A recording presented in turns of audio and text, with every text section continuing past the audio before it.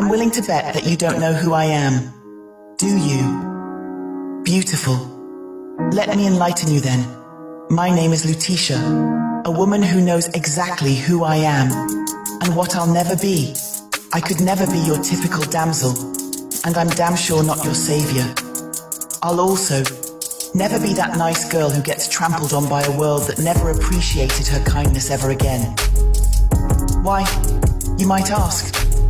Because that version of me died that dark night up in my room, when I was suddenly turned by my ex, Derek. It was Derek who did this to me. My ex-bae. My passionate, deceitful ex-hookup. That man crept into my life like a thief in the night and stole more than just my trust. Of all things to steal, he stole my goddamned mortality. I knew there was a reason why he only came to me after dark. Trust me, I had my suspicions, but I couldn't put my finger on it at the time for some reason. Ugh, how could I be so blind? Blind to the truth, blind to his intentions. Until the morning I woke up and realized that I hadn't just slept. I'd been unfreaking conscious for 2 whole days. And when he finally came back, that's when he explained what he'd done to me. He told me he had turned me, told me I'd been nothing but a helpless soul, and that he had given me the ultimate gift, immortality. I guess the bite marks on my neck would have explained it had I not just woken up from what could have been called extreme hibernation. Gift, huh?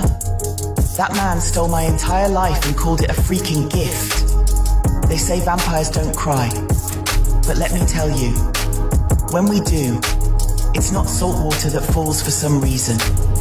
No, it's blood. And when Derek told me what he'd done, I admit, I cried a little bit. Oh, I cried. For all but 30 seconds, blood streamed down my face. And then, I was ready for action. I lunged at his ass. I wanted to rip him apart too, but he caught me. Held me in his iron grip like his last meal. Well, technically, I guess I was. That's when he whispered promises of eternity in my ear, like it was supposed to fix whatever he'd broken. Sounds like a storybook romance, doesn't it? You can save it. I don't need your pity, and I certainly don't need your judgment. There's only one thing that I want out of this so-called eternity. One thing that makes all of this worth it. I want to be a true queen. Yes, the bona fide queen of the Dark Realm. And if I never see a true crown placed on this head of mine, you can expect no shortage of blood. Because if my life was helpless before I was turned, then it would be downright blasphemous not to embrace immortality and claim what is rightfully mine. So, if you stay out of my way, I promise not to intentionally seek you out, but cross me, and you'll discover exactly what happens to those who test Lutisha. After all, I'm sure you already know that the Dark Realm isn't for the faint of heart.